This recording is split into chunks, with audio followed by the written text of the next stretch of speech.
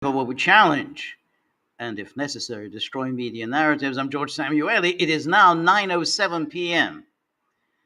in Budapest, where, as you may guess, the days are getting brutally short.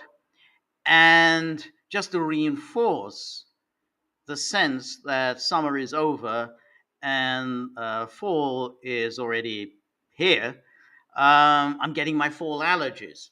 So that's always a sign that the grim, dark, dismal, depressing days of fall and interminable winter are not far from us. So, however, on a more cheery note, Akhmadovich says, day by day, the days grow darker, rainy and cloudy gray. Exactly. That's already just around the corner. So that's very the dismal expectation. You go through all that every year, that awful winter, and you think I can't take another one like this, and then lo and behold, it's coming again. So I thought we got rid of it last time. It's not never coming back. No, it is coming back. Anyway, thank you everybody who has joined me. Really appreciate it for the Tuesday night live stream. And obviously, the main topic of discussion is the upcoming summit in Alaska, and as I've already said, and that clearly what the political media establishment are now very much engaged in is to ensure that this summit ends in failure. That's it. That's their absolute mission. That it's to be hoped. Obviously, the main hope is that it doesn't take place. But since it's now likely to take place, all the plans are being met. That it ends in an absolute fiasco, failure. Along the lines of Helsinki in 2018, and then, given the failure and given the depression that presumably Trump will feel over this failure, he will take fierce action against Russia. That's the hope. That's what everybody's hoping, that it's going to fail, and then Trump is really going to take out his rage over the failure, over his inability to win the Nobel Peace Prize. He will take this out on Putin. Now, in my pessimistic assessment, I tend to think that chances are that it will fail, because I don't really think that Trump has the strength of will, the strength of purpose to take the actions that he needs really to ensure that this succeeds. I mean, what he needs to do is, of course, to bring it to an end, and essentially to say that thus far and no further, that the United States isn't going to go on supporting this war. It's not going to go on funding and encouraging and arming Ukraine in what is basically a hopeless endeavor. I mean, he has to. That will take real willpower on his part, because that's the NATO project. And he inherited this NATO project. To a certain extent, he was already a part of it, but nonetheless, he did inherit this. The 3 years of war that was waged by Biden and by NATO under Biden's watch. And given that he hasn't, the past 6 months, he hasn't indicated that he's ready to shelve this project, then you have to take the more pessimistic view that he's not going to make the bold decision that's needed Now, let's first take a look at Trump's news conference yesterday in D.C., where he kind of he elaborated on what was going on in his mind in anticipation of the summit. And you can see from the way he's rambling that he knows what he needs to do. I mean, he realizes he knows what he needs to do, that there's only one way you can end this war, and that is end it. There's no other way of doing it, rather than the NATO plan, the Biden and the NATO plan, which is, well, we'll end the war by continuing it. I mean, so that's the plan that NATO has for him, and he seems to embraced it during the past few weeks, when he suddenly started blaming Putin for the continuation of this war. He started um, telling the world that he was getting all this bullshit from Putin, and that he would have a nice conversation on the phone with Putin, and then Putin would start launching his missiles. Putin was waging an aggressive war on Ukraine, and that he will continue to arm Ukraine, and therefore presumably also to continue to provide Ukraine with all the intelligence they need to strike targets deep inside Russia. You remember he had that conversation with Zelenskyy, which at the very least gave rise to the notion that perhaps Trump was signing off on the use of American missiles to hit Moscow and St. Petersburg. I mean, he wasn't that explicit, but at least that it was certainly open to that interpretation. But now he's decided to go in a very different direction from that charted by Biden, by NATO, namely towards some kind of a meeting with Putin and direct negotiations, because that was, of course, anathema to Biden and of course to NATO. So he has done this, and that is clearly an important step forward. The question then is, will he succeed in Alaska in the way that he failed in Helsinki? And this is really what I find most concerning, that he's not thinking about why did that Helsinki summit fail. He keeps repeating how he had this great rapport with Putin, he had these good meetings and so on, but Helsinki could have been a turning point in his administration, and instead he allowed others to take it over, and let others shove their agenda down his throat, and so it ended in a spectacular failure. So let's take a look at yesterday's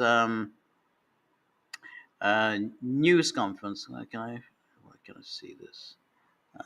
Yeah, let's say so. This was DC was talking.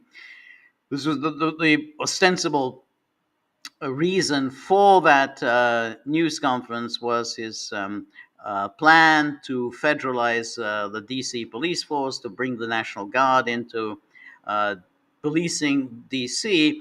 But obviously, this was a long news conference. Subjects on the discussion did indeed turn a number of times towards the upcoming summit in Alaska. All right, so let's take a look first at what he said. Yes, I got it raised from 2% of GDP to 5%, and they're paying us for. So this is again, he's continually boasting of this, how he got all NATO member states to raise their spending from 2% to 5%. But of course, in doing that, you're strengthening NATO, and I don't think here at the Gaggle we need to argue on the point that NATO is the biggest menace to world peace in the around today, and as long as NATO keeps growing fat, with more and more money being poured into the kitty, then there'll be no peace. So to boast that, oh, I've got it from 2% to 5%, and therefore I'm strengthening NATO, that's not a way to go to peace. That's a way to guarantee war. But anyway, that's he keeps harping on that, and he keeps suggesting that this is some great accomplishment on his part, rather than the accomplishment we would like to see, which is the dissolution of NATO. Anyway, it goes on. Everything that we said, we're not paying. But Biden approved $350 billion. Europe has spent $100 billion. The money that's been spent and the death is incredible. It's the worst thing that's happened, by far the worst that's happened since World War II. So I'm going in to speak to Vladimir Putin, and I'm going to be telling him, you got to end this war. You got to end it. And he wasn't going to mess with me. This war would have never happened. We had a discussion about it one time, and we never had that discussion again. Would have never happened. And when the election was rigged, and then Biden took office, which was barely took office, the auto pen took office, bad things started happening. Bad things, stupid things were said. And it ended up in a war. And and I don't believe this will happen anymore because I have that pretty well covered. This could end up in a third world war. This could have been a third world war. I don't think that's going to happen now. But I thought it was very respectful that the president of Russia is coming to our country as opposed to us going to his country or even a third party place. But I think we'll have constructive conversations. Then after that meeting, immediately, maybe as I'm flying out, maybe as I'm leaving the room, I'll be calling the European leaders who I get along with very well. And, I have a great relationship, I think, with all of them. And I get along with Zelenskyy, but, I disagree with what he's done. Very, very severely disagree. This is a war that should have never happened, wouldn't have happened. But now that's very interesting, because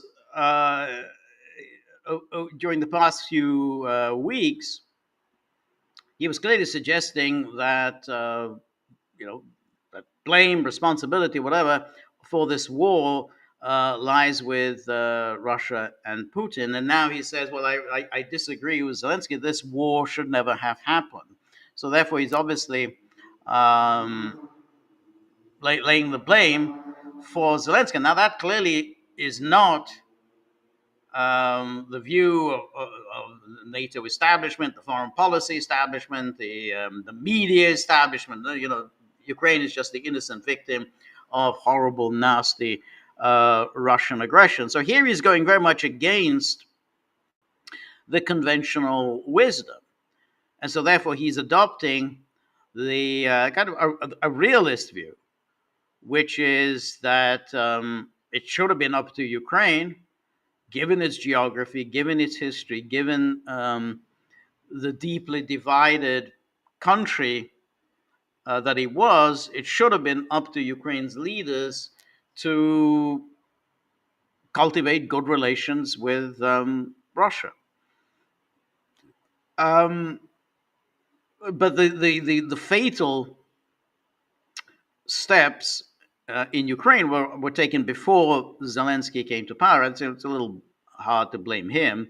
I mean, clearly it was the coup in Maidan, and then the leadership after Maidan, Poroshenko, and of course, the most important players in all of that, which was the Obama administration, the Biden administration, and then, of course, all the Europeans who encouraged Ukraine along this belligerent path.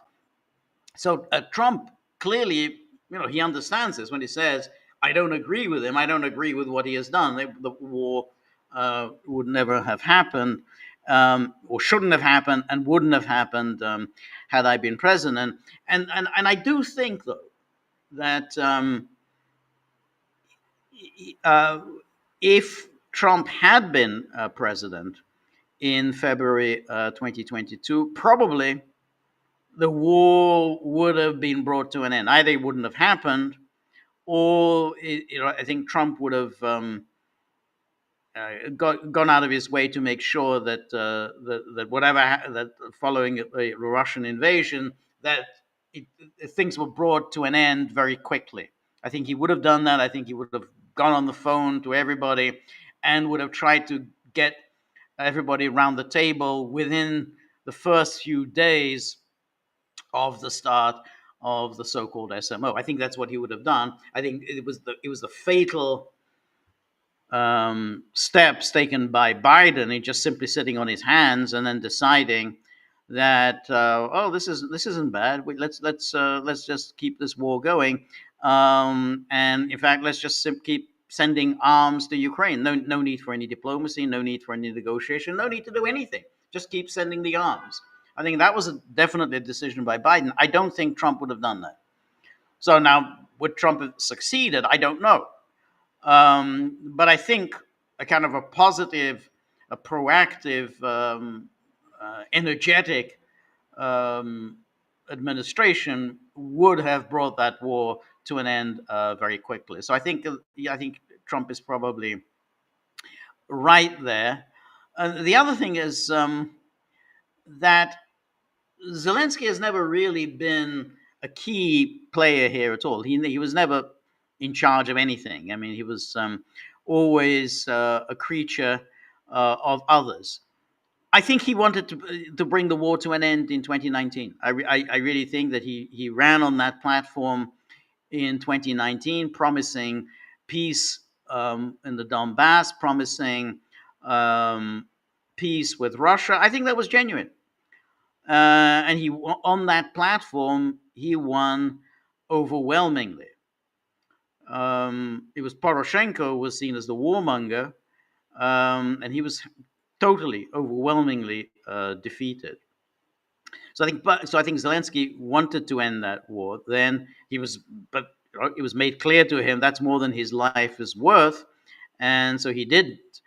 And then in 2022, I think he was ready to sign a deal in Istanbul. I think they were close to a deal. I think Zelenskyy was willing to sign a deal, but then it was made clear to him that the West was not going to support him if he continued down this path of an agreement with Russia. Boris Johnson, speaking on behalf of the UK and the United States, made clear to him, we're not going to support you if you're going to you come to an agreement with Russia, and that's it. Then that was the end of that. And this is why I've always said that the way these things are interpreted in the media and in the alt media is so stupid and so off the point. Namely, that somehow at any minute now, the United States, the UK, France are going to get rid of Zelenskyy and put in somebody else. The grown-ups in the room. The grown-ups in the room are going to get rid of Zelenskyy and they'll put somebody else in. But there's no reason for that. Because Zelenskyy is doing their bidding. He's always done their bidding. In fact, the Western powers would be wary of installing somebody else instead of Zelenskyy because they don't know whether that person would be as pliable as Zelenskyy. And what they wanted from Zelenskyy was a leader who was ready to continue to fight this war. That's all they wanted from him, to go on fighting this war. And that's what they want now. And so whenever people bring up, the Americans got rid of DM. Oh, they got rid of DM. Oh, they DM. They're going to do that to Zelenskyy. But anybody who knows anything at all about the history of South Vietnam, and in 1963, when the Americans did indeed organize the coup against DM, would know that the reason they got rid of DM was that DM was seriously moving towards bringing that war to an end. He was making overtures to Ho Chi Minh, and was ready to end that war. And of course, the Americans, who had already invested a great deal in South Vietnam, they were very unhappy about this. That was the problem with DM. That's why they got rid of DM. Zelensky was in peril when he was ready to sign this deal in Istanbul. And that's what Johnson did when he flew in. Johnson made clear to him that you are in peril. Because you signed this deal, we will get rid of you. We will find somebody else who will withdraw your signature from that document, and the war will continue. That was something I remember. Another analogy would be Yugoslavia in 1941. So Yugoslavia signed a non-aggression treaty with Nazi Germany. This is just a non-aggression treaty. It wasn't. That's all. The British were enraged. They organized a coup in Belgrade, overthrew the king, and put in a boy, the regent, in charge. And the first act was to abrogate the non-aggression treaty with Nazi Germany. Now, when you do that to Hitler, he gets pissed off about that. When you kind of abrogate a treaty, you put your signature on a treaty, it's a non-aggression treaty with Germany, and then you have a coup.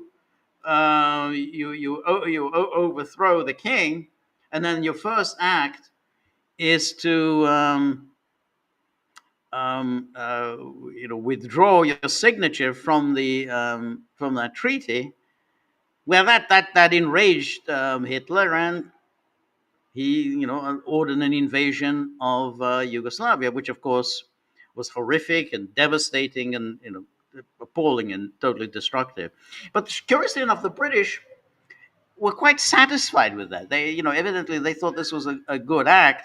That while the alternative would have been Yugoslavia maintains neutrality. That's all, just maintain neutrality. But the British weren't willing to do that, so they organized a coup, abrogate the non-aggression treaty, and lo and behold, they get an invasion from Hitler. And God only knows how many millions were killed as a result of that. So that's what the British were threatening Zelenskyy with Johnson. That's what we did. Now, that's why all this stuff of putting Zelenskyy this, Zelenskyy that, Zelenskyy is a bit player in all of this. So, NATO. This is NATO's war. NATO is using Ukraine to wage this war against Russia. And that's why it's always remember. And I, it's just there's so many of this alt media are absolutely obsessed with Zelenskyy, and the whole thing that he's that any minute now he's going to be overthrown. Any minute now he's going to be pushed under the bus. Any minute now, the grown-ups in the Rome are going to take over. It's just so dumb. It's almost anyway. Let's continue with this news conference. Speaking to Zelenskyy, the next meeting will be with Zelenskyy and Putin, or Zelenskyy and Putin and me. I'll be there if they need, but I want to have a meeting set up between the two leaders. I was a little bothered by the fact that Zelenskyy was saying, well, I have to get constitutional approval. I mean, he's got approval to go into war and kill everybody, but he needs approval to do a land swap, because there'll be some land swapping going on. I know that through Russia and through conversations with everybody, for the good of Ukraine. Good stuff, not bad stuff. Also, some bad stuff for both. So it's good and there's bad. But it's very complex because you have lines that are very uneven. And there'll be some swapping. There'll be some changes in land. And the word that they will use is, they make changes. We're going to change the lines, the battle lines. Russia's occupied a big portion of Ukraine.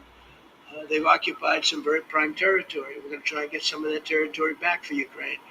But they've taken some very prime territory. They've taken largely ocean. In real estate, we call it oceanfront property. That's always the most valuable property. If you're in a lake, a river, or an ocean, it's always the best property. Well, Ukraine, a lot of people don't know that Ukraine was largely 1,000 miles of ocean. It's gone. Other than one small area, Odessa, it's a small area. There's just a little bit of water left. So I'm going to go and see the parameters. Now, I may leave and say, good luck, and that'll be the end. I may say this is not going to be settled. I mean, there are those that believe that Putin wanted all of Ukraine. I happen to be one of them, by the way. I think if it weren't for me, he would not be even talking to anybody else right now. But I'm going to meet with him. We're going to see what the parameters are. And then I'm going to call up President Zelenskyy and the European leaders right after the meeting. Yeah. And All right, so there's a lot of interesting material that he divulged there. He's evidently thinking about, seriously, what he called swapping of territory, basically just saying this territory is gone, you've lost it, you don't have it anymore, you're going to have to give up.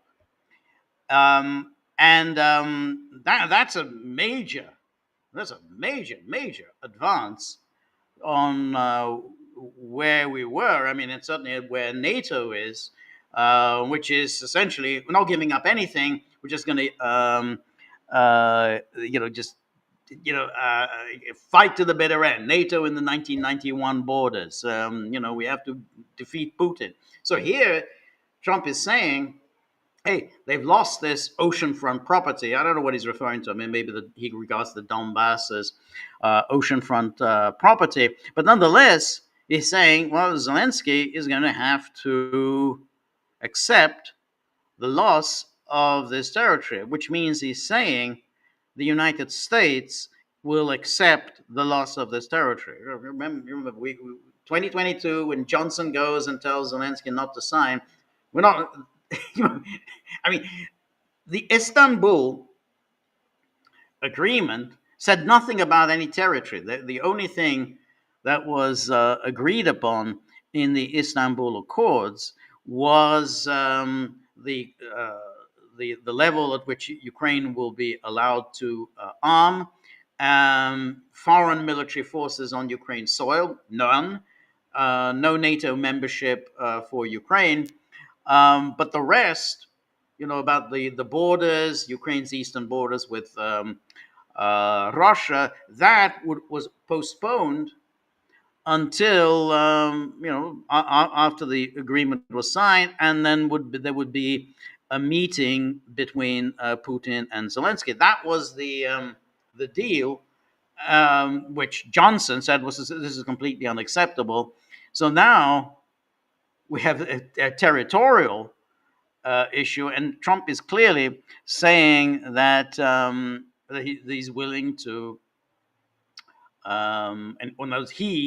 and that means Ukraine will just have to accept loss of territory. So that is a major advance, and you can see why NATO is quite anxious, or at least the leaders of the NATO states are so anxious. So that was a very interesting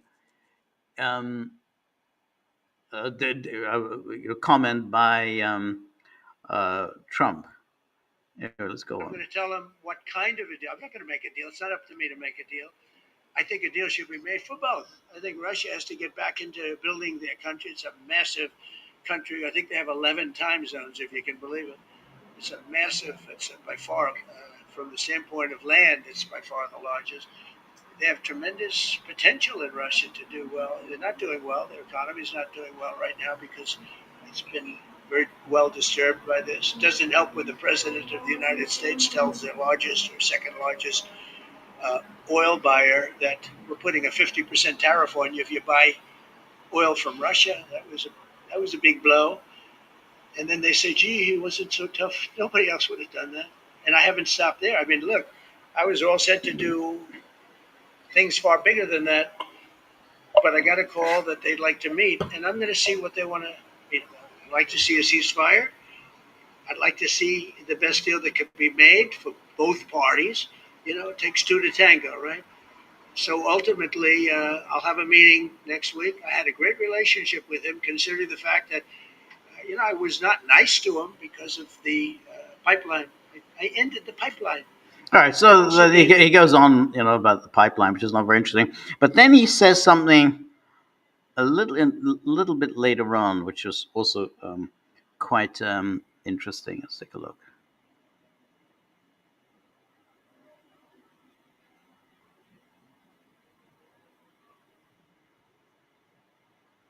Between the U.S. and Russia, should your meeting go well, should there be peace? I do. Russia has a very valuable piece of land. If Vladimir Putin would go toward business instead of toward war, it's a warring nation. That's what they do. They fight a lot of wars. A friend of mine said Russia's tough because they just keep on fighting. They beat Hitler, so did we, and they beat Napoleon. They've been doing this for a long time. I asked a question to a very, very smart man that some people like and some people don't like. Viktor Orban, right, from Hungary, head of Hungary, and he's in that same area. And so we're back now to quoting Viktor Orban. So remember back during the campaign, he used to quote Viktor Orban regularly, and then he used to be, he's a real tough guy. He's quoting him, but we haven't heard too much about Viktor Orban during Trump's second term. But now, he's brought him out. And anyway, let's go on what he says. Knows the two countries very well. I said this was before Biden didn't do anything to get us out of it. He could have gotten us out of that. It would have never happened. I said, so can Russia be beaten by Ukraine? He looked at me like, what a stupid question. He said, Russia's a massive country, and they win their country, and they win their life through wars. They fight wars. That's what they do. He said, China beats you with trade. Russia beats you with war. It was a very interesting statement. China's not beating us with trade, not when I'm in charge. But they were beating Biden with trade, but they never beat us with trade. Don't forget, China had to pay $400 billion worth of tariffs when I was last time. That was last time. And if we didn't have COVID, all of this stuff we would be loaded. We're finding hundreds of billions of dollars of cash is pouring into our country now because of. All right, then he goes off on China. But notice what he said. He quotes Orban saying, this is what the Russians do. The Russians are very good at fighting wars. It's what they've been doing for a long time. They're very good at it. And the idea that they were going to lose this war was a fantasy. So that was was very interesting with what Trump says. So he's saying that we're going to have to we're going to tell Zelenskyy that he is going to have to give up territory, oceanfront property. He's lost it, and he's going to tell Zelenskyy, you can't win this war. And this is a huge concession by an American president, because this does reverse 3.5 years of policy by saying we cannot win this war that we are subsidizing. We cannot win it. So if we continue down this path, we will not win this. We can go on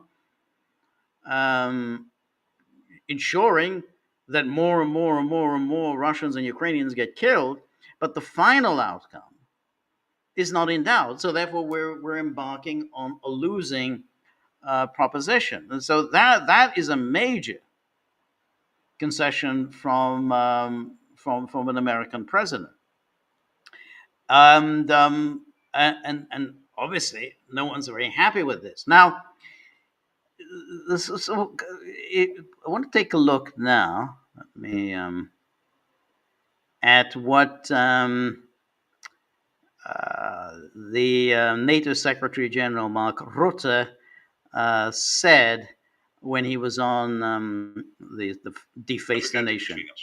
Well, we have to take President Trump at his word. And on Friday, when he spoke in front of the cameras, he said there will be some swapping of territories to the betterment of both Ukraine and Russia. I mean, Ukraine does not hold Russian land. And Russia has about 20% of Ukraine. So what is he talking about? Clearly, what will be on the table when real peace talks / the ceasefire discussion will take place is this issue of, on the one hand, security guarantees, on the other hand, how to deal with the factual situation that the Russians are holding at this moment Ukrainian territory. Crucially important here is that when it comes to this holding of Ukrainian territory, that there might be a factual situation that they are doing this, but that we can never accept that in a legal sense, as this is called a de jure sense. As you know, the US hosted embassies in Lithuania, Latvia, and Estonia between 1940 and 1991, acknowledging that the Soviet Union was controlling those territories, but never accepting in a legal sense, in a de jure sense, that fact. So all these issues will be on the table. So you see what he says there. He's saying that clearly this is where we may be heading. I mean, obviously got it from Trump, that then we may be heading, which is to accept the de facto loss of territory in Ukraine, even though de jure the West won't accept this.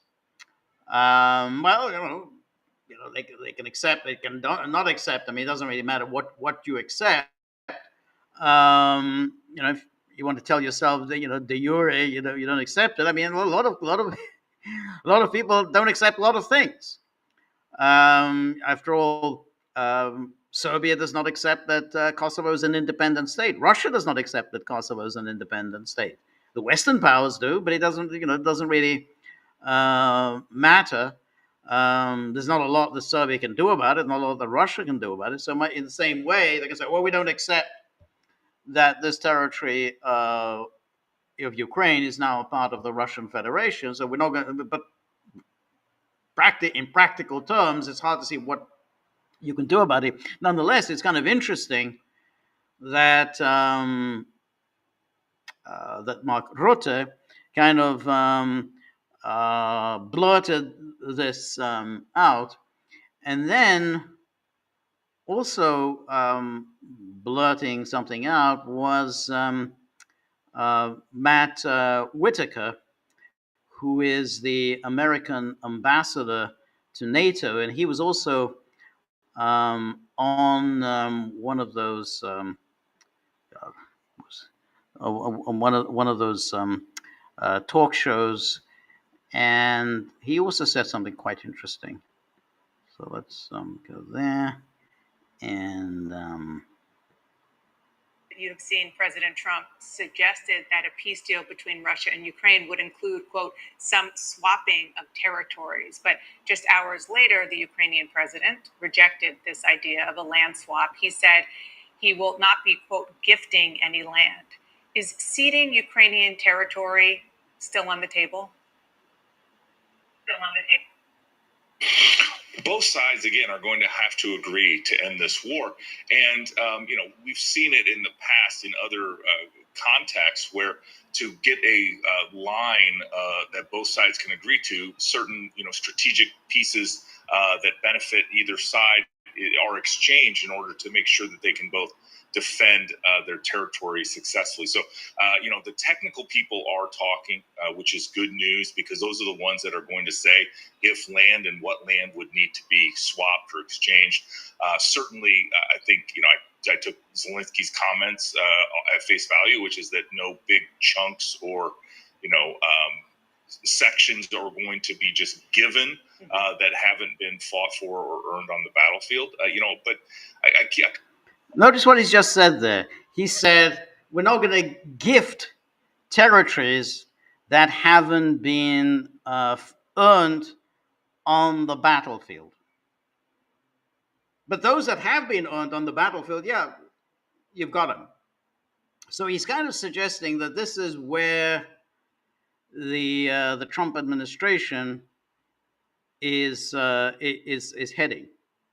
And I think we talked about this before, and I think Trump's view, and I think it's not an unreasonable view, which is, well, if Russia hasn't succeeded by its force of arms in taking this territory, then why should I, Donald Trump, just give you something that you haven't been able to win through your military prowess? I mean, if you haven't been able to liberate the entirety of the Donbass, why should I give you this territory that you haven't won? So therefore, he's going to say, that if we're going to bring this thing to an end, we bring it to an end on the current line of contact. And I think that's going to be the Trump administration position. Now, I don't know whether Russia will accept it, but on the face of it, it's not an unreasonable. And I think what Whitaker said there, which I think Trump hasn't said explicitly, but what he said there, we're not going to give anything to anyone who hasn't won it on the battlefield. You're not going to get that.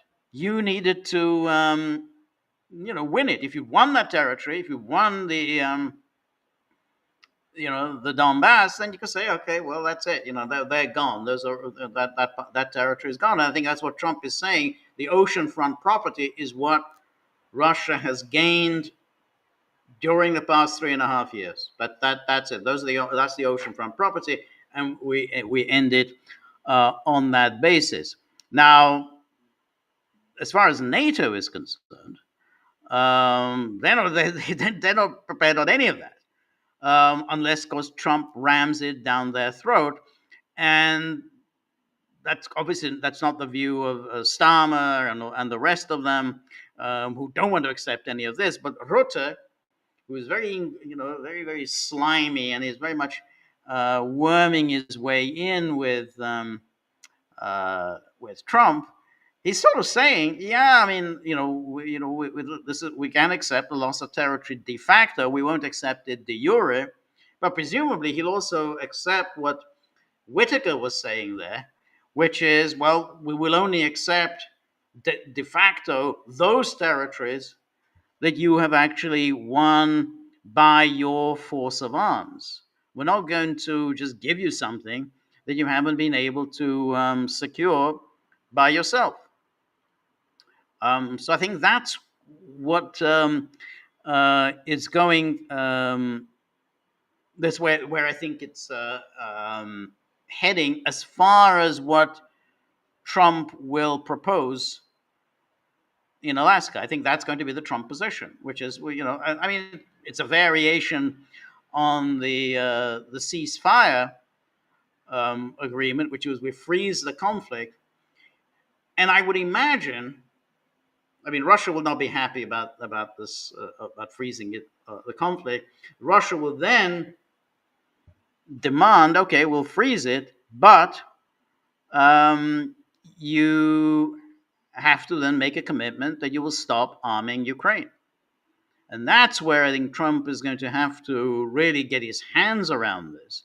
And he's going to have to go to the Europeans and tell them that we can only get a ceasefire if you stop sending arms to Ukraine. If you stop sending arms, then we get a ceasefire. If you continue, then there'll be no ceasefire. So in a way, I mean, we're back to the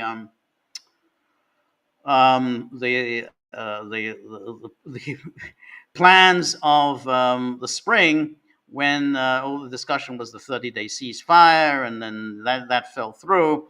But it fell through because neither the United States nor anyone in NATO was prepared to commit to cutting off arms to Ukraine. So in the meantime, the Europeans, the coalition of the irrelevant, have been very busy because they don't want to have anything to do with any of this. I mean, with none of this. And so they've had a number of these meetings in which they pretend to be supportive of President Trump. Oh, we're very supportive of President Trump's diplomacy. But then they put forward their plans, which is simply the rehash of everything else that they've been blathering on about since February 2022. So there was a virtual foreign ministers and EU foreign ministers summit called by the ghastly Kaya Kallas yesterday, and she declared that well, first of all, the White House has been making rather feeble statements over the past couple of days. So we had the president, I think, making, if that's going to be the position going into Alaska, I think Trump was putting forward a reasonable starting point for negotiations. But now, according to Politico, and we have to keep in mind this is Politico, so we don't necessarily have to buy into anything they say. But according to Politico, the Trump administration is going in with a very skeptical mindset. They're not expecting anything, so no need for any big expectations. So here's Politico's story today. Trusting Trump's instincts, White House sets modest expectations ahead of Putin's summit.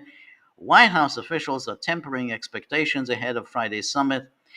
And the goal, a White House official said, is for Trump to simply take the measure of Putin. That's all. There's nothing else.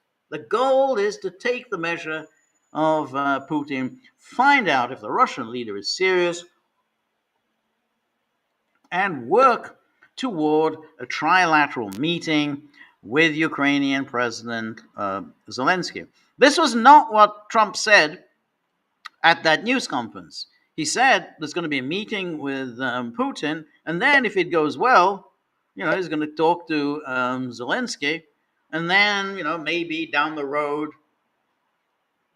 there'll be a trilateral meeting. Here, this Politico story, and you have to then think who is leaking this stuff. And no prizes for suspecting that it's Sebastian Gorka, who we haven't heard very much about, but who's a great one to chat with reporters. And it's the issue is trilateral meeting, which is not what Trump was clearly saying. And then, this is all about trusting Trump's instincts, said a White House official who, like others in the story, was granted anonymity to discuss the administration's thinking. So this is quite a remarkable thing. They're talking about a White House official is granted anonymity a day after Trump was speaking in very explicit, very direct terms about the upcoming summit. So why do we need anyone now to start whispering anonymously about what the goals will be in Alaska? Trump said what he thought the goals would be. It says, Trump's willingness to take a meeting without preconditions underscores his desire to end the war and the faith he has in his own ability to suss out. What kind of a language is that? It's such a sort of serious publication to use idiotic words like suss out. What a stupid publication. After they talk, Trump will be able to gauge how serious Putin is about peace. The meeting is the beginning of a new phase. Trump on Monday claimed he could know within 2 minutes of meeting Putin whether progress was possible. And let me say, and then here we have the Kaya Kallas video conference, and Kallas issued this statement on Ukraine. Transatlantic unity, support to Ukraine, and pressure on Russia is how we will end the war. So support to Ukraine, transatlantic unity, pressure on Russia. So that's been more or less your recipe for 3.5 years, but apparently, and that will end the war and prevent future Russian aggression in Europe. EU foreign ministers expressed support for US steps that will lead to a just peace. Meanwhile, we work on more sanctions. Oh, the 19th package. Give me another package of sanctions or give me death. Meanwhile, we will work on more sanctions against Russia, more military support for Ukraine, more support for Ukraine's budgetary needs, and accession process to join the EU. So that's it. So I don't have any new ideas. I don't want to keep doing the same thing, even though it hasn't led us anywhere other than keeping the war going, which for Kaya Kallas is all she really wants. I mean, she's just driven by an obsessive hatred for Russia and an obsessive desire to inflict as much pain as possible on Russia. And then the EU got in on the act, and so they had a leaders meeting, and they issued a statement on Ukraine. We, the leaders of the European Union, welcome the efforts of President Trump. So they all have to say this when clearly they welcome nothing of the sort. We welcome the efforts of President Trump towards ending Russia's war of aggression against Ukraine and achieving a just and lasting peace and security for Ukraine. And then a just and lasting peace that brings stability and security must respect international law, including the principles of independence, sovereignty, territorial integrity, and that international borders must not be changed by force, except when we do the changing. When we change the international borders, as we did in Yugoslavia, as we did in Serbia, then that's fine. But nobody else gets to change those borders. And then it goes on, the people of Ukraine must have the freedom to decide their future. So that's the freedom to decide whether to join an anti-Russian military alliance, and presumably Russia doesn't have the freedom to decide that they don't want an anti-Russian military alliance on their borders. Only NATO has the right to inflict itself on somebody else's borders, but no one else has the right to tell NATO to get the hell out of here. The path to peace in Ukraine cannot be decided without Ukraine. Why not? I mean, the war against Russia was kind of decided by NATO without Ukraine. Meaningful negotiations can only take place in the context of a ceasefire or a reduction of hostilities. Russia's war of aggression against Ukraine has wider implications for European and international security. We share the conviction that a diplomatic solution must protect Ukraine's and Europe's vital security interests, but apparently not Russia's security interests. Understandable. The European Union, in coordination with the US and other like-minded partners, will continue to provide political, financial, economic, humanitarian, military, and diplomatic support to Ukraine. So everything we just continue as before.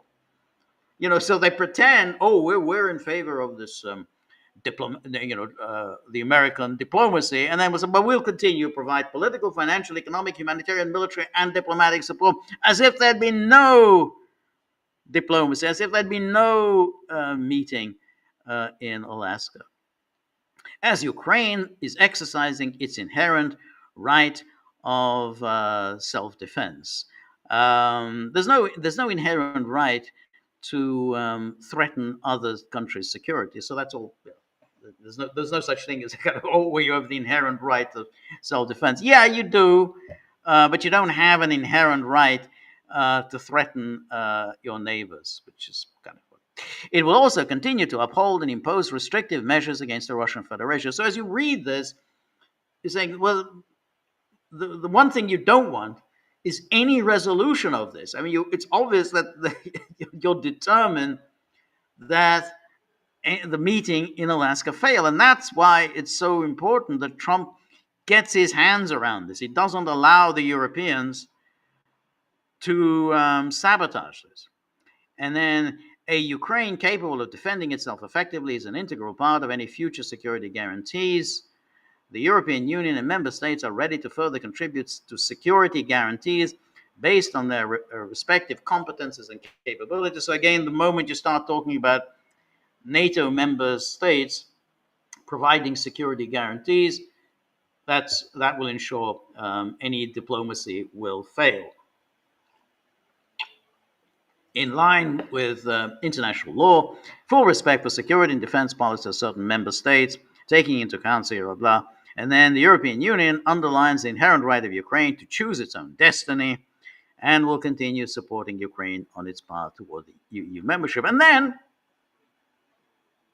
there's a proviso on this statement. Hungary does not associate itself with the statement. So 27 member states of the EU meet. 26 of them sign on to the statement, but Hungary says, no, we're not going to associate ourselves with this statement. So, and then Viktor Orban went into a Twitter flurry today. Just 4 days ahead of the historic summit between President Trump and President Putin, the European Council sought to issue a statement in the name of all EU heads of state and government. Before the liberal mainstream chorus begins its newest rendition of their favorite Putin's puppet tune, I decided to share why I could not support the statement on behalf of Hungary. So I know they're going to call me Putin's puppet. So why I could not support the statement on behalf of Hungary. So the statement attempts to set conditions for a meeting to which the leaders of the EU were not invited. Well, that's a very good point. That they're trying to impose conditions for a meeting that they will not actually be attending, which is kind of stupid. I mean, if you're going to be at the meeting, then you can set conditions. But since you haven't been invited, then it does seem strange to be setting conditions. The fact that the EU was left on the sidelines is sad enough as it is. The only thing that could make things worse is if we started providing instructions from the bench. Well, that's absolutely sure. I mean, when we look at that statement, it's just the same warmed over claptrap the EU has been saying for 3.5 years. Totally pointless, totally destructive, totally guaranteed for continuation of war. The only sensible action for EU leaders is to initiate an EU-Russia summit based on the example of the US-Russia meeting. Yeah, good luck with that one. Let's give peace a chance. And then Orban went on. He says, as I've said it before, and I'll say it again, if Europe won't negotiate directly with Russia, Moscow and Washington will strike a deal over our heads. This Friday, President Trump and President Putin meet in Alaska. A Europe that commands respect sits at the table, not in the hallway, when these big decisions shaping our future are made. Brussels has forgotten that to prosper, Europe must reclaim its ambition and strength. So, yeah. And then he goes on, Brusselian elites back the lost cause, and now Europe pays the price. While Moscow and Washington decide our fate, we're left out in the cold. The time to drop delusions and take control of our future has come.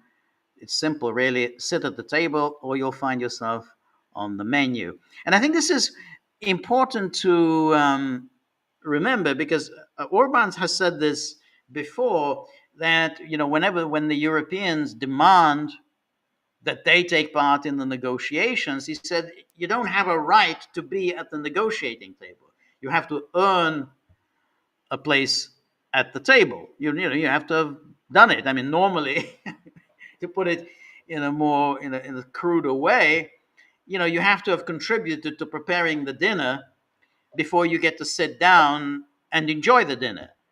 But the Europeans are saying, well, basically, who haven't done anything, they haven't bought any food, they haven't prepared the food, they haven't even set the table, yet they expect to sit down and enjoy the feast. And he said, well, you can't. I mean, you have to have done something towards peace.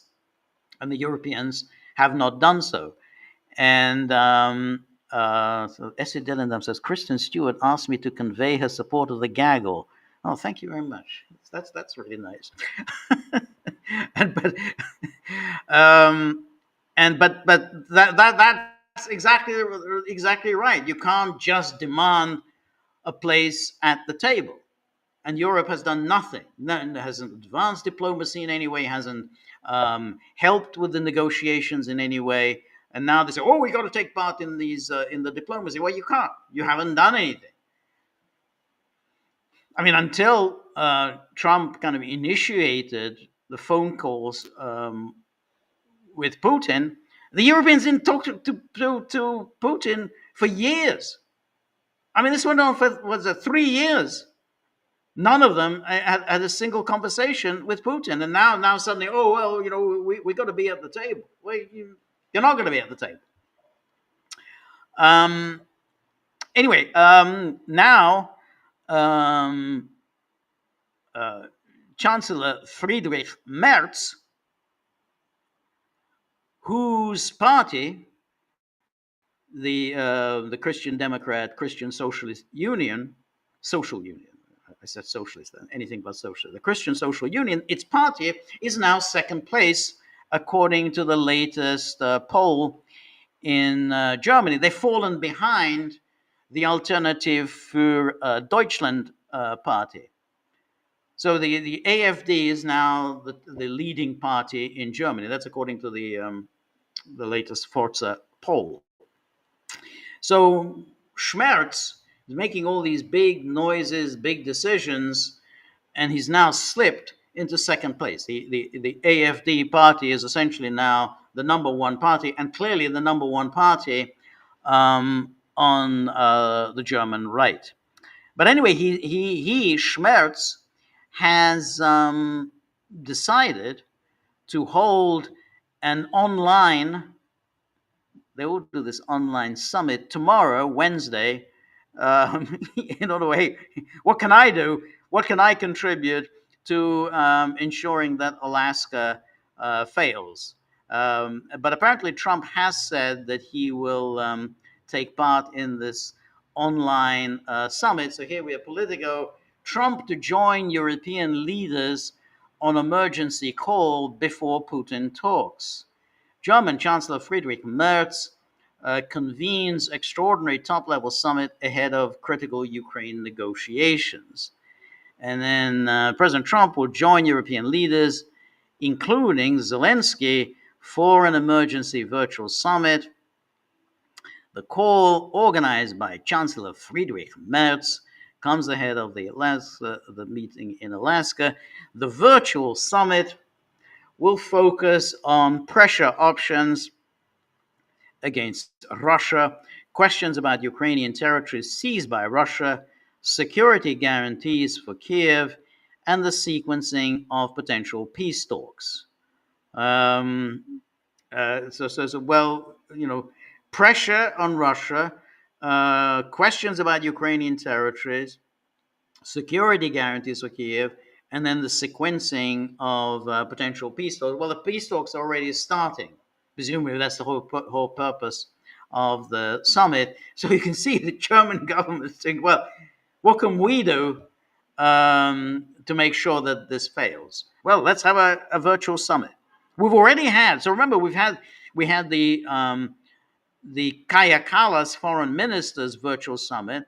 Then we had the Coalition of the Willing summit over the weekend, and they issued a statement. You remember we talked about that over the weekend. That was on behalf of the Coalition of the Willing from Downing Street. Then we had the EU statement that we just read out. So now we're going to have the virtual summit tomorrow. There's a lot of summitry going on, and it's only Wednesday. Well, tomorrow, you know, we're close to Wednesday. So we've got a long way before Friday for some more summitry. Anyway, Merz and other European leaders demand that Putin first agrees to a ceasefire before any peace talks or land swaps between Moscow and Kiev can take place. Well, he's not going to agree on an unconditional ceasefire. We've been through that. We went through that in the spring. So there's no point in keep repeating the same thing when that's already been turned down. They have also made clear that any potential territorial exchanges must be balanced and agreed with Kiev, and that Ukraine should receive firm security guarantees to protect it against further aggression. I don't understand, what are they going to be balanced? Are they going to give a piece of Russia to Ukraine? I don't get the balance. Anyway, then Politico, which is now leading this charge against Alaska, this Politico says, Europe to Trump, stand up for Ukraine when you talk to Putin. Stand up for Ukraine. Though sidelined in Alaska, European leaders are trying to influence the outcome of Ukraine peace talks and showing some success. Oh, what's the success? European leaders are demanding that Donald Trump tell Vladimir Putin that Ukraine's interests must be defended and Europe's security mustn't be compromised. The US president, who meets his Russian counterpart in Alaska on Friday to discuss ending the conflict between Moscow and Kiev, has openly shunned Europe during his second term, and yet the bloc's cooperation financial heft, as well as the UK's, is crucial to safeguarding American interests in Ukraine. Well, I'm not sure what these American interests are. It is true that Europe does indeed have the power to sabotage these talks. I mean, there's no question. If Europe is determined to sabotage it, they will sabotage it. Because ultimately, Europe cannot be stopped from continuing to keeping this war going. If they're determined to do that, they will do it. And there's nothing much Trump can do about it unless he really decides to bang heads together, which I'm not sure he's prepared to do. In a statement released on Tuesday, the leaders of the 26 of the 27 countries, minus Hungary, said they welcome the efforts of President Trump and so on. And then we have international borders must not be changed by force. And then we have also Kaja Kallas issuing a statement, another statement for Kallas, saying the sequencing of the steps is important. First, an unconditional ceasefire with a strong monitoring system and ironclad security guarantees. I mean, absolute nonsense. Total, absolute idiocy. Unconditional ceasefire, whereby we can use those the time of the ceasefire to replenish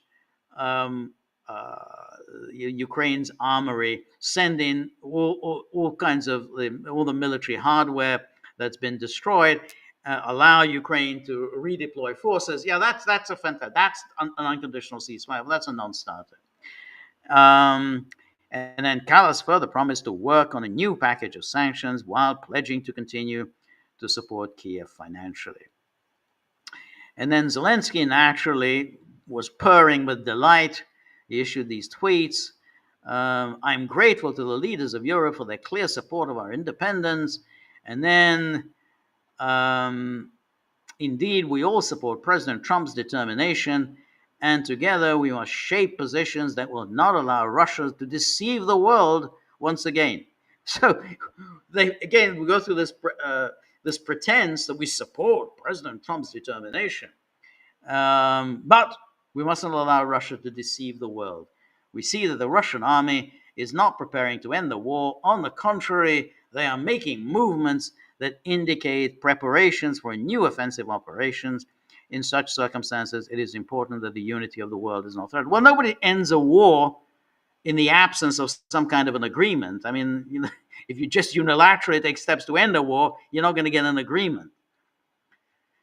Issues related to the security of Ukraine and Europe are discussed by all of us together. Any decision must add to our joint security capabilities, and if Russia refuses to stop the killings, it must be held accountable. As long as they continue the war and occupation, all of us together must maintain our pressure, the pressure of strength, the pressure of sanctions, the pressure of diplomacy. And so this is basically, he's just repeating the line of the EU. And then in yet another tweet, today there was a report from the intelligence and military command on what Putin is counting on and what he's actually preparing for, including military preparations. He's definitely not preparing for a ceasefire or an end to the war. Putin is determined only to present a meeting with America as his personal victory and then continue acting exactly as before. So having said how much he admires Trump and he's all for Trump's diplomacy, he's saying he wants to present this meeting with America as his personal victory. So it's more or less saying, Trump is kind of an idiot and allowing himself to be manipulated by the evil Putin. So far, there's no indication whatsoever that the Russians have received signals to prepare for post-war situation. On the contrary, they are redeploying their troops and forces in ways that suggest preparations for new offensive operations. Now, if that is so, and there are some indications that Russian military operations are now meeting with some success. They're making some progress. We'll see whether the progress will continue. But if that is so, that would only suggest that now is probably the time to come to an agreement. I mean, if indeed the Russians are now making real progress on the battlefield, that's probably indicates that this is time to sue for peace. And then here, this is kind of interesting because the media, which is sort of weeping and wailing over the Trump, seems to be eager to bring this war to an end. I mean, this is so horrible. I mean, if you listen to CNN, the reporters, they're almost choking back their sobs, about this terrible situation, horrible betrayal that this war might come to an end. That as if somehow the Ukrainians are desperate to go on fighting, and yet Trump is pulling the rug from under their feet, and so these reporters are all kind of sobbing over this monstrous injustice. Never reporting that the Ukrainians themselves, leave aside the figures in the government, leave aside Zelenskyy and the people who attend all these ridiculous summits, Ukrainians themselves want this war to end. And this is the Gallup poll, which says that more than 3 years into the war, Ukrainian support for continuing to fight until victory has hit a new low. So that's the view. That's the EU view. That's the Zelenskyy view, the NATO view. Continuing to fight until victory. And then it says this conducted in early July. 69% say they favor a negotiated end to the war as soon as possible. Wow, that's not what you get from CNN. CNN doesn't say anything like this. You don't get any of that on mainstream media. We saw that woman, that Margaret Beckett, but this horrible idea that anyone would be thinking of ending this war. 69% of Ukrainians say they favor a negotiating end to the war as soon as possible, compared with 24% who support continuing to fight until victory. 24%. That's the 24% on whose behalf the media, the political establishment, the military-industrial complex, that 24% that they speak for. This marks a nearly complete reversal from public opinion in 2022, when 73% favored Ukraine fighting until victory, and 22% preferred that Ukraine seek a negotiated end as soon as possible. And then here's the chart. You can see how it's gone down. The Ukraine should continue fighting until it wins the war. Boom. It's on a steep spiral downwards, and then Ukraine should seek to negotiate an end to the war as soon as possible on a steep ascent upwards. So that's that. And then support for the war effort has declined steadily across all segments of the Ukrainian population, regardless of region or demographic group. And then, however, and you can see, though a clear majority of Ukrainians now favor a negotiated end to the war as soon as possible, most are skeptical that active fighting will end soon. 1 in 4 think it is likely that active fighting will come to an end within the next 12 months. Only 1 in 4, although only 5% see it as very likely. Over 2/3 think it is unlikely that active fighting will come to an end in the next year. So that's the view of Ukrainians. That's the view that gets very little coverage in the mainstream media, which only wants to listen to Ukrainian government officials, and of course all the gas bags on NATO, so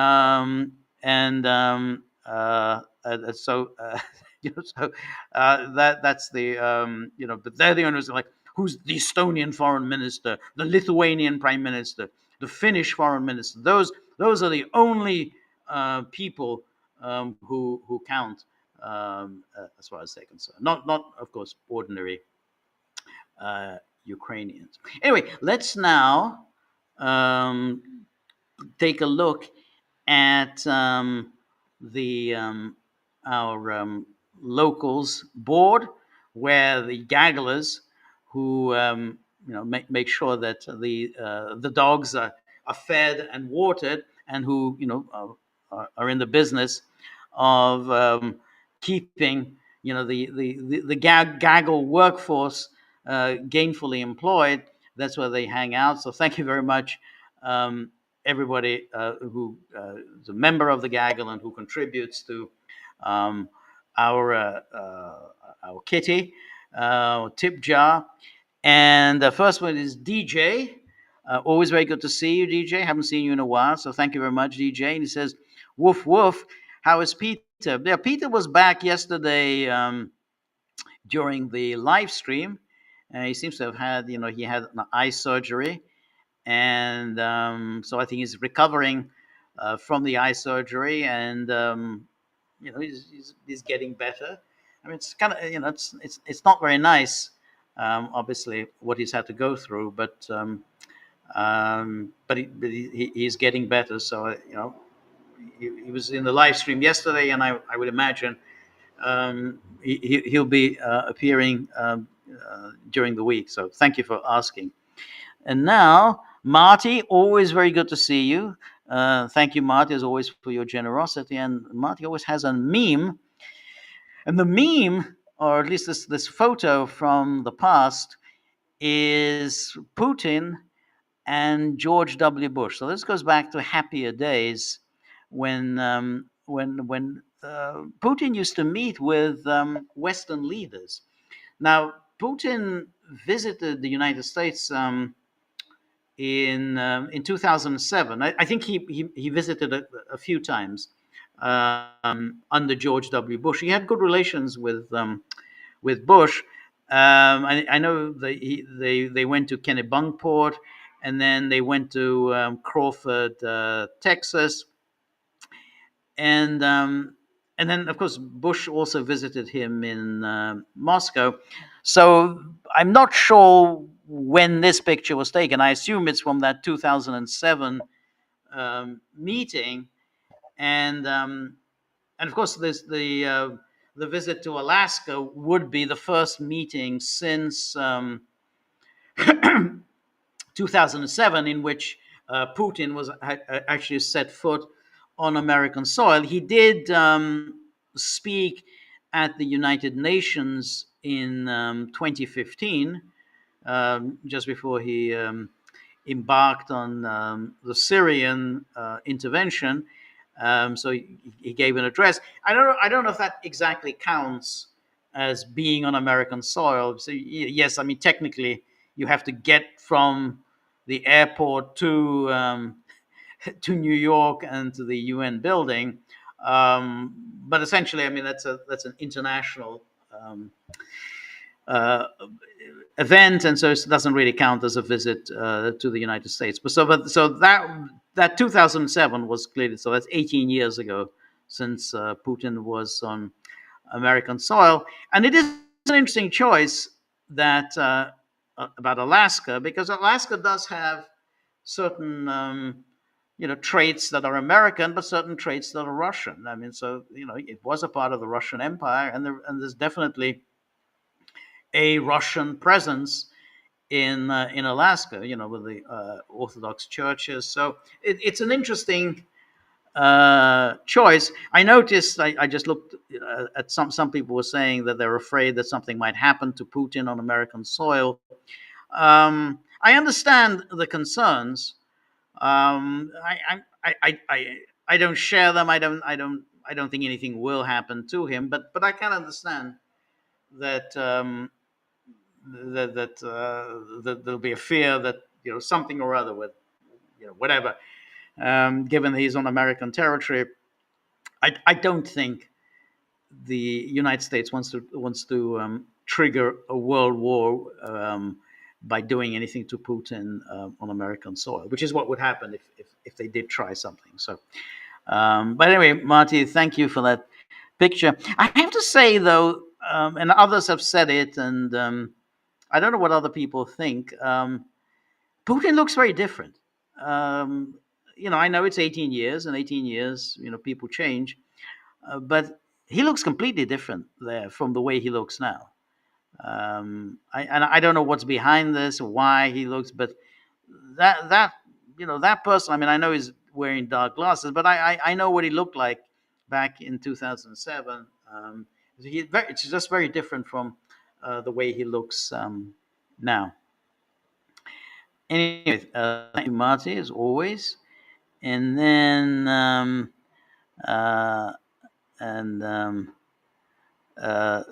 DJ says set a course for Portageddon. Yes, Anne Marie, always very good to see you, Anne Marie. Thank you so much. Good evening, George. Good evening, Gagglers. Always a pleasure. Anne Marie is a musical expert. Who always graces us with her great knowledge of music, and particularly her great experience on having played in finest orchestras in the world, and having played some of the most difficult musical pieces in the world. So it's always just fascinating to learn from her. I can post a piece of music, and then Anne Marie will say, "Yeah, I played that," with some very distinguished orchestra, and then I'm in awe that wow, you played that. I mean, that is just almost impossible, to conceive how anyone can play it. So I'm just always in awe of that. So really appreciate Anne Marie for all your contributions to our community. So thank you, and thank you above all for your generosity, Anne Marie. And then Cynthia, very good to see you, Cynthia. Cynthia is our film expert. So always watch the clicked on the wrong thing. Our Monday night at the movies screenings, which I think invariably are interesting films. And then as you watch, it's always a good film. As you watch, read Cynthia's very erudite, very learned, very thoughtful, and very, very informative comments and observations and background information. So yesterday we were screening David Cronenberg's A History of Violence, which is an interesting film. It has a very interesting premise, and very effective. I mean, it's very thought provoking, and I think fails a little bit in the execution, but that's just my view. Not everybody agrees with me, but I think it's worth seeing, and then worth reading Cynthia's comments on it. Anyway, Cynthia posts a picture of the summit table with Putin at one end of the table, Trump at the other end, Zelenskyy under the table, and then Trump saying, I mean, he's obviously addressing Zelenskyy under the table. Quit complaining. I promised you a place at the table. I promised you at the table. Yes, that's right. So that was. I I mean, it's not immediately obvious that Trump's going to get out of this demand to get Zelenskyy on the table. At the moment, as we saw in that news conference clip, he was insistent that this will be a bilateral meeting, even despite all the pressure that's being applied to bring Zelenskyy in. As things stand, this is Tuesday evening here in Budapest, early afternoon on the East Coast. Zelenskyy will not be in Alaska. Who knows what might happen by Friday? I think it'll be an absolute catastrophe. It will be a shit show if Zelenskyy is there. But there's going to be a lot of pressure applied on Trump between now and Friday. Thank you, Cynthia, for that for that meme. And then Judy, always good to see you, Judy. Judy always has very interesting, very stimulating observations, and she was picks out things that others had missed. So I'm always learning things from Judy. Thank you, Judy, for your generosity. And so Judy says, is the video conference with Trump supposed to be aired publicly? That's a good question. I'm assuming not, but it's because if Merz will be the host, and I always think Merz is a kind of a secretive sort of fellow. I mean, if Trump were the host, then I think it would be aired publicly. But maybe I'm wrong. I mean, my assumption was that it wouldn't be, but maybe it will. And he says, remember months ago, the Europeans had Trump on the speakerphone addressing their meeting in Kiev. That wasn't in public. That was we just read about it afterwards. Europeans had a field day retailing to the press their own versions of what Trump said. That's exactly right. That's absolutely was what happened. And then that's when they claimed that Trump was supporting their plan for imposing sanctions on Russia. So they said, oh yeah, we talked to Trump and he's absolutely gung-ho on imposing sanctions on Russia. You're absolutely right, Judy. So that's why Europeans had a field day retailing to the press their own versions of what Trump said. Maybe someone has the photo of them gathered around the coffee table, or at least a shot of them snorting the white stuff on the train home. Of course, yes, that's the famous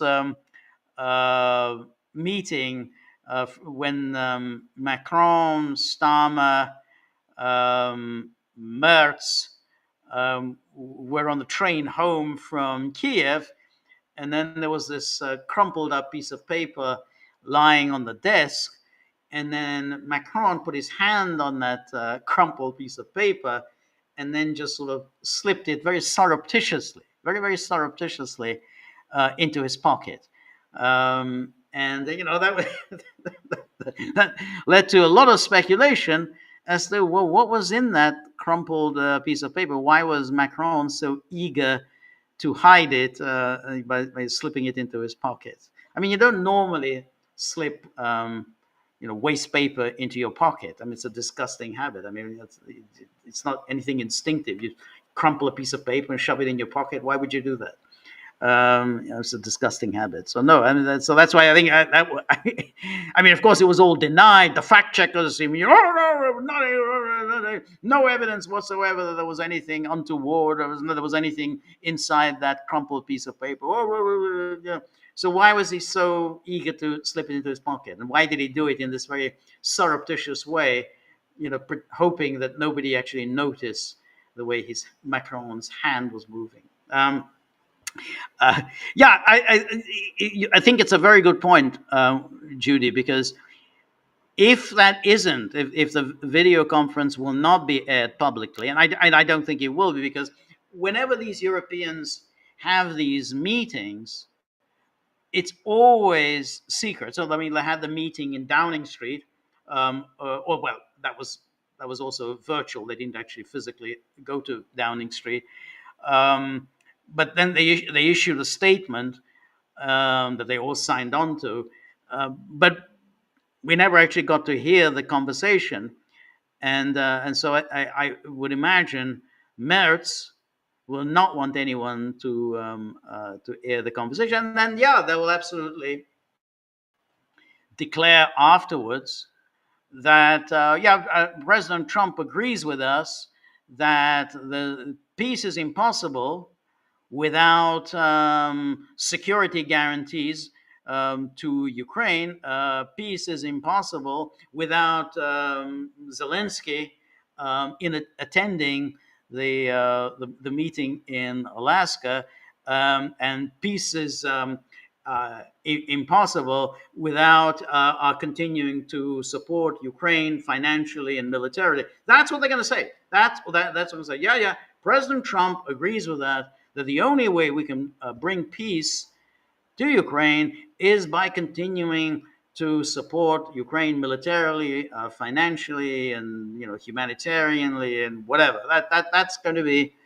That's what they're going to say. So you're absolutely right, Judy, that if Trump allows this, in other words, that it won't be recorded, and that it'll just be leaked to Politico. So it's going to be early afternoon Central European time. So within a couple of hours of that, Politico will already be running and telling the stories about how Trump has now signed on to the Macron-Merz peace plan. So yeah, that's a really excellent point, Judy. So anyway, thank you so much, Judy, for that. So one other thing that I wanted to take a look at, and that's just kind of self-indulgence on my part, is the New York Times. I mean, the New York Times is just such a ghastly newspaper, but sometimes it surpasses itself in its profound dishonesty. And so in today's New York Times, there's, of course, an analysis of Trump and Putin. They're not running with Russiagate anymore. They're not saying, oh, Putin has something on Trump. They burnt their fingers on that. So they're not quite. They're still hinting that there's something very strange about Trump's relationship with Putin, but they don't dare to do the Russiagate. So here was this story by Michael Crowley in the New York Times today. Crowley was that creature who used to work for Obama. He was an Obama speechwriter, and then he got a job as a reporter on the New York Times. And here he's this is the headline: for Putin, who has swayed Trump before, meeting his chance to reset ties.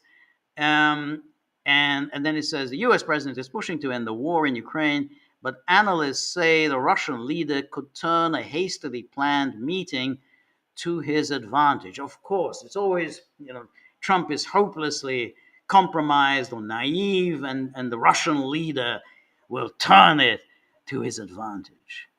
And so here we have, during Mr. Trump's first term, he and Mr. Putin met 6 times in person and had several more phone conversations. And then in parentheses, his successor, Joe Biden, met Putin only once in June 2021 before the Russian invasion of Ukraine. Notice how they say that this is somehow a virtue, that Biden met Putin only once. Yeah, and that led to a bloody fiasco of a horrible war. I mean, so the idea of using that as a model for the way you should deal with Putin, which is only meet him once and do nothing, which is the point. Biden did nothing to bring that war to an end in February 2022. I said, oh, that's good. Oh, he only met him once. Trump met Putin 6 times, and he had several more phone conversations. Those interactions alarmed many of Mr. Trump's senior aides. Oh no, the senior aides were alarmed. Who cares? Who the hell cares what senior aides think about Trump having meetings with anybody? They're senior aides, they're his staff. He's the president, he was elected to that job, and the people who voted for him wanted him to do diplomacy. That's what they voted for in 2016. Senior aides were alarmed. Oh no, that's horrible. Who watched as the US president disregarded their advice. Who cares? Why, he doesn't have to listen to their advice. They work for him. He doesn't work for them. I mean, can you imagine a New York Times writing crap like this, as if somehow the suggestion he's supposed to consider their advice? They're staff people. They didn't get elected to anything. He was elected. Excluded them from meetings. Oh, no. With the Russian leader, and proposed impractical ideas that appear to have been planted by Mr. Putin, like creating a US-Russia impenetrable cybersecurity unit. Now, and then said the idea was dropped as soon as Mr. Trump got back to Washington. Now, what they're talking about here, this is the Helsinki meeting in 2018, was that everybody was, of course, attacking. This is at the height of Russiagate hysteria, and everybody was attacking Putin there in Helsinki for having interfered in the 2016 election. That Russia interfered. Russia stole the 2016 election. And all the reporters were screaming at Putin. And what Putin said was that, well, why don't our cyber people meet with your cyber people, and then we can compare notes. Your people will present us with their findings. They'll present us with their evidence that Russia interfered in the 2016 election, and we will present our evidence for presumably whatever American interfering in our internal affairs, or American engaging in hacking and spying and whatever. And that would be the point, that the cyber experts on both sides would be able to come to some kind of an agreement as to what happened in 2015, 2016, maybe 2017, going earlier. It would be a way of, heaven forbid, easing tensions between America and Russia. It's an extremely good idea, but of course Trump was attacked mercilessly for proposing it, and the idea was dropped as soon as Mr. Trump got back to Washington. So here's the New York Times, this Michael Crowley, this Obama creature, delighted that this possible, rapprochement was killed there and then in Helsinki. It didn't last more than 3 days.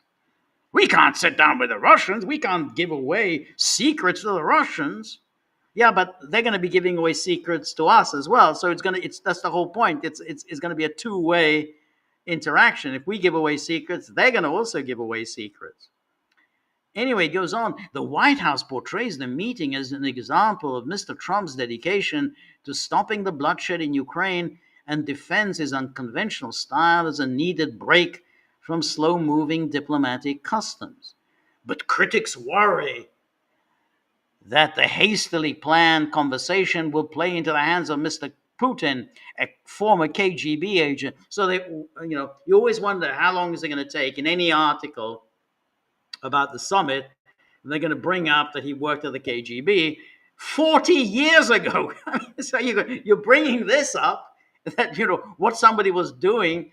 That's 90. So that was 36 years ago. He was working at the KGB, and of course, no one ever brings up anything about how American politicians and indeed American presidents had been in the CIA or had indeed headed the CIA, as did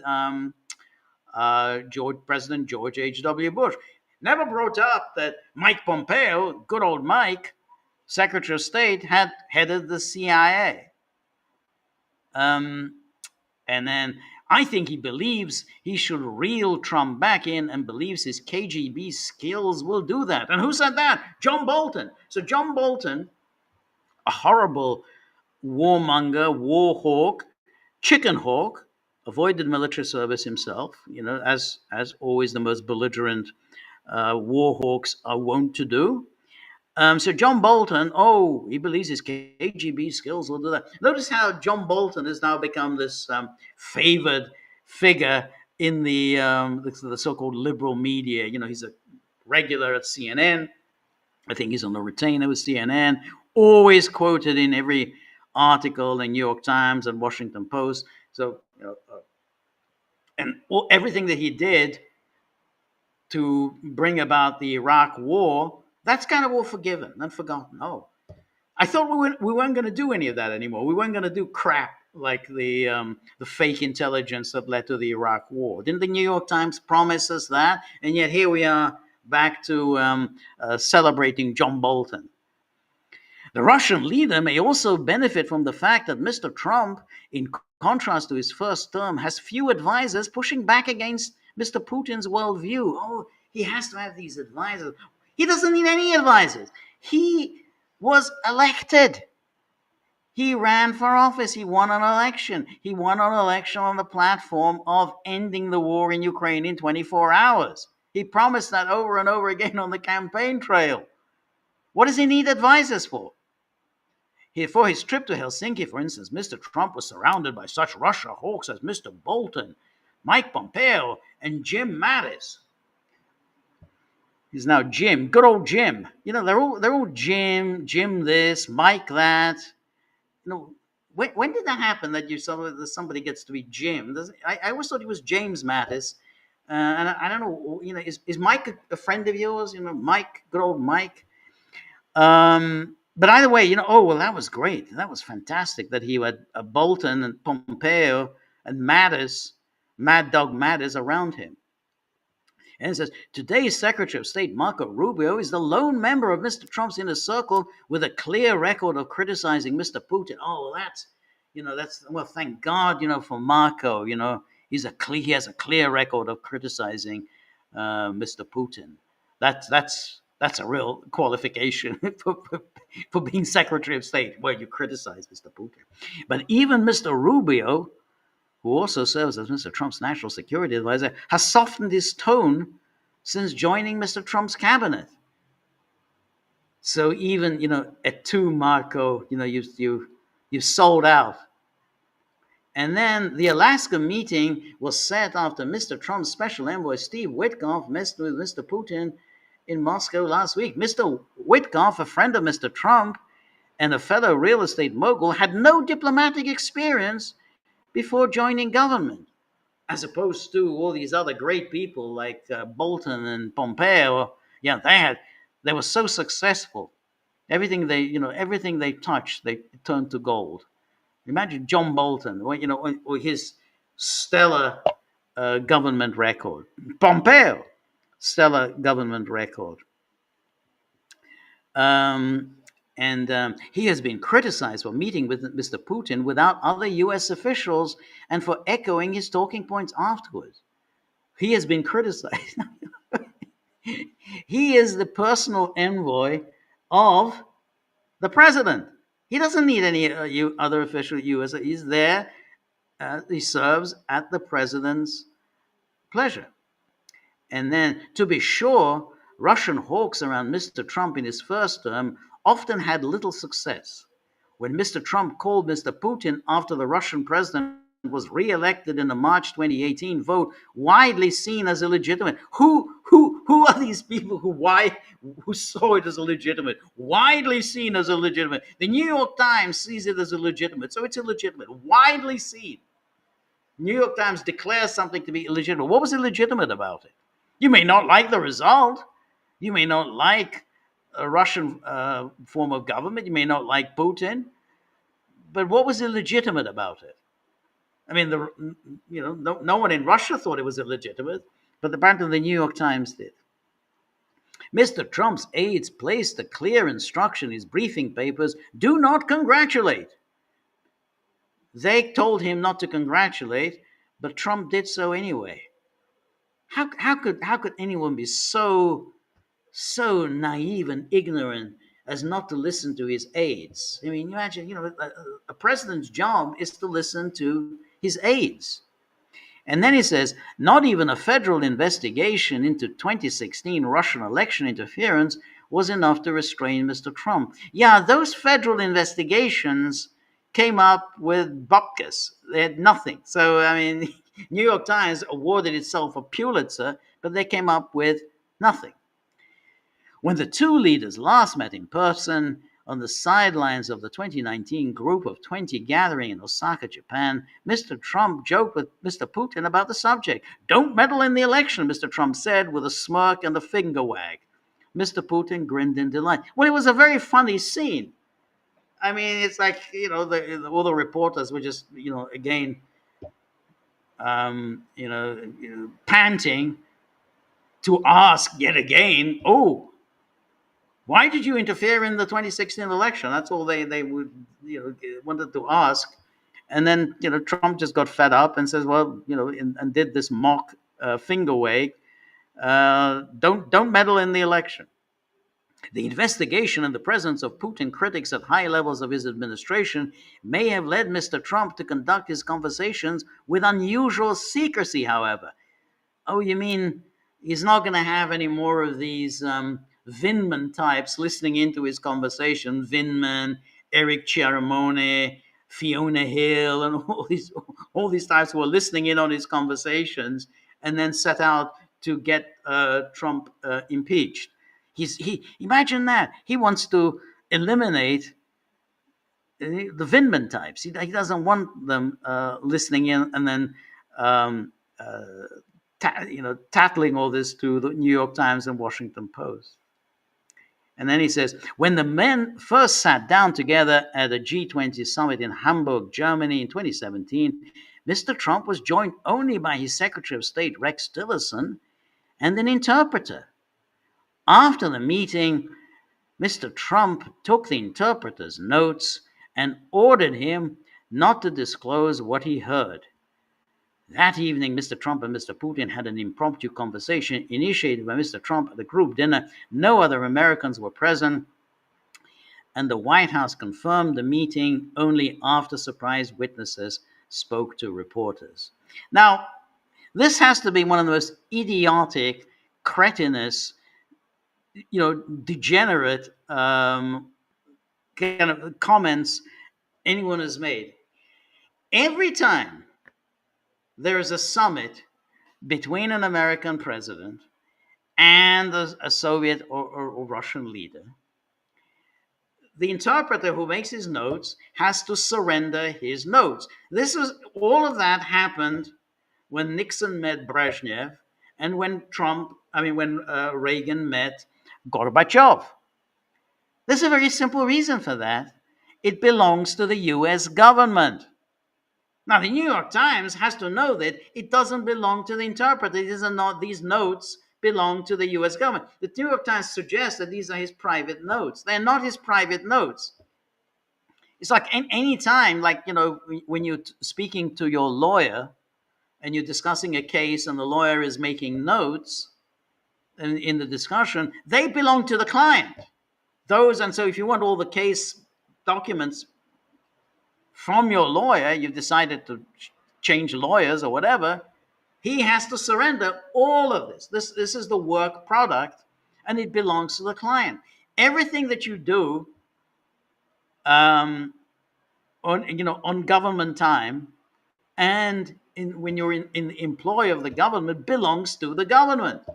Of course, Trump said you must surrender your notes. Nixon did the same thing with the interpreter who attended his summits with Brezhnev. And incidentally, when Nixon met Brezhnev, there was only one interpreter present, and that interpreter was a Russian. Why was there a Russian interpreter? Not because Nixon was working for the KGB, but because Nixon did not trust American interpreters. He thought they're just going to go blabbing to the media. So he relied on the Soviet interpreter. And so this whole idea that there's something untoward, and the media were running with this back in 2017, because this was the Russiagate era, that somehow Trump and Putin had some secret negotiations. They agreed on some whatever Moscow real estate deal. They agreed to give up whatever American nuclear weapons. Only who knows what the New York Times is suggesting here. But that was what they were suggesting back in 2017, and it was ridiculous. Trump did exactly what all presidents have done in the past and will do in the future to their interpreters. This is work product. It belongs to the government. It's not your personal property. You made your notes. Remember when James Comey, that slime ball, let's hope that he will be indicted over Russiagate. But remember when he had a meeting with Trump, and he had several meetings with Trump, and then he would immediately, so after it was on January the 6th, 2017, when he spoke to Trump and told him about the Steele dossier, with a view. Comey only had one view in mind, which was to get this leaked to CNN, so that CNN can then report on the Steele dossier, and he would somehow report on how Trump reacted to this news about the Steele dossier. So he briefed Trump, incoming president, about the Steele dossier while watching Trump's reactions. And then he rushed down to his limo outside, and then had the laptop all ready. The Word program was already purring, and then he wrote up his account of this meeting with President-elect Trump. Now, Comey, believed that they belonged to him, and lo and behold, he was told by the DOJ that all of these notes that you made about your conversations with Trump, they all belong to the government. They are not your personal property.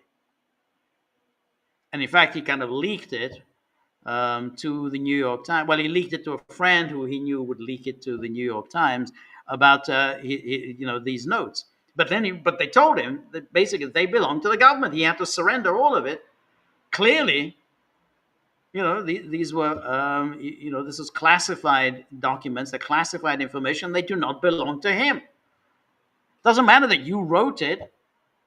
You did it in your capacity as a government official, just like the interpreter did it in his capacity as working for the government. So the New York Times puts this garbage in there, totally ridiculous. You go pick up Nixon's memoirs, RN, and he describes exactly what happened in his meeting with Brezhnev, and he describes there exactly. There was one interpreter present, the Soviet interpreter, and he got the notes.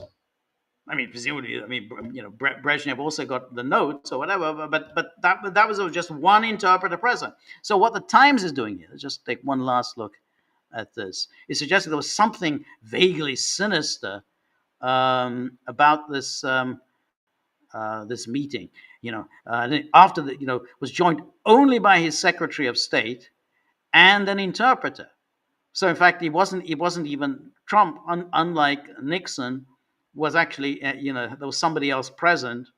This Rex Tillerson and an interpreter. After the meeting, he took the interpreter's nose and ordered him not to disclose what he heard. Well, of course, he told the interpreter not to disclose what he heard. Yeah, oh no, you tell the interpreter who were present in a meeting with Trump and Putin. Yeah, fine, tell all your friends, go to a bar, regale all your pals over a glass of beer about what went on between in this conversation between Trump and Putin. Yeah, don't worry about it. Don't worry about classified information. Don't worry about any of that. Just talk away. And then he said, Mr. Putin had an impromptu conversation initiated Mr. Trump at a group dinner. No other Americans were present. And the White House confirmed the meeting only after surprise witnesses spoke to reporters. So Trump is supposed to get an okay. Somebody's supposed to give him permission to have a conversation with Mr. Putin. I mean, this is what the New York Times is saying. Where he's the president and he needs to get someone's permission. Whose permission does he need? John Bolton? John Bolton has to give him permission? Rex Tillerson? Who is supposed to give him permission to have a conversation? I mean, this is so idiotic. I mean, when I was reading this article, I thought this is pure cretinism. I mean, this is just beyond stupid. I mean, you have to be a cretin to write stuff like this, and that's the New York Times. This is Michael Crowley, who worked for Obama. Anyway, on this kind of annoyed note. I think my time is up. Thank you very much, everybody who joined me. Thank you very much, above all, to everybody who made some really interesting comments and a very thoughtful observation. Thank you, above all, to those who contributed to the tip jar. I have to talk to the dogs tomorrow, because they always need an update on what the situation of the tip jar is. They're never happy.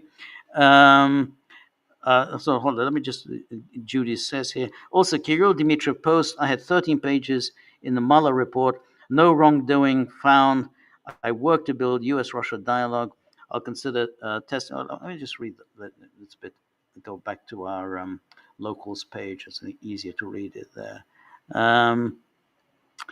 Well, it's also Anne-Marie. I missed this Anne-Marie. Yeah. Okay, let me just go back. I didn't. I missed it. So Judy Hotchkiss says that she posts the video of the train scene, the one with Macron with the crumpled piece of paper, and then Judy says Kirill Dmitriev, an envoy of Vladimir Putin and head of the Russia Direct Investment Fund, commented on the video. Is this footage AI or real? If it's real, are we looking at sugar or something entirely different? If it's something else, it explains a lot of recent ideas and proposals. Well, if it was sugar, then you would normally just leave it on the table, or maybe throw it into the waste paper basket. I imagine there was probably a waste paper basket there somewhere. I mean, this is a room with lots of important people. You want to have a waste paper basket. I mean, it's very odd, to crumple a piece of paper and put it in your pocket. It's a horrible thing. I mean, whenever I've done that, I always feel horrible doing it. It's just very unpleasant. So it was a strange thing for him to do. So yeah, I mean, that was a good point by Dmitriev. And yesterday we went over during the live stream. Dmitriev did some interesting tweets. I mean, Dmitriev, I think, is being very optimistic about the upcoming meeting in Alaska, but nonetheless, he did post some interesting tweets. DJ says, Putin is even a natural-born Russian. Yeah, I think so. And then Anne-Marie says, I think Putin also looks different now because he had a plastic surgery. I guess that's probably true. But if that is true, that he had plastic surgery, why would he do that? What would be the point? I mean, I can understand why movie stars have plastic surgery. I don't understand why a Russian president would have plastic surgery unless he has some kind of a medical condition, and that's possible. he maybe had skin cancer or something of the sort, and therefore, if he did have plastic surgery, then I can't imagine it would be for any other reason than because he had some kind of a medical condition such as skin cancer, melanoma, or whatever. But I think that's plausible, that plastic surgery, and that's why his face is very different. And then Judy says, Kirill Dmitriev posts, I had 13 pages in the Mueller report, no wrongdoing found. I work to build U.S.-Russia dialogue. Yeah, I'll consider testifying in Obama-era trials over the Russia hoax. It wasn't just an attack on Trump and Russia. It sabotaged diplomacy, the GOP, and set the stage for the Ukraine war. Absolutely right, and there's no question that was the goal. That was the purpose, not just to destroy the Trump presidency, but to trigger a war. And right now, I do tend to think that there will be indictments. I don't think Obama will be indicted. I probably not Hillary Clinton, but no, it's not impossible that Hillary Clinton will be indicted. Not impossible. But certainly, I think Comey, Brennan are very vulnerable. I mean, I think there's plenty there to get them. And even if a conviction, there's no conviction at the end, the very fact of indicting them will act as a deterrent. Anyway, thank you so much, Judy. Thank you, everybody who joined me. And we will be back on Thursday for another live stream. Probably there'll be a lot more to report on this preparations for the summit. So until then, until Thursday, all the best. Good night. See you then. Well, bye-bye.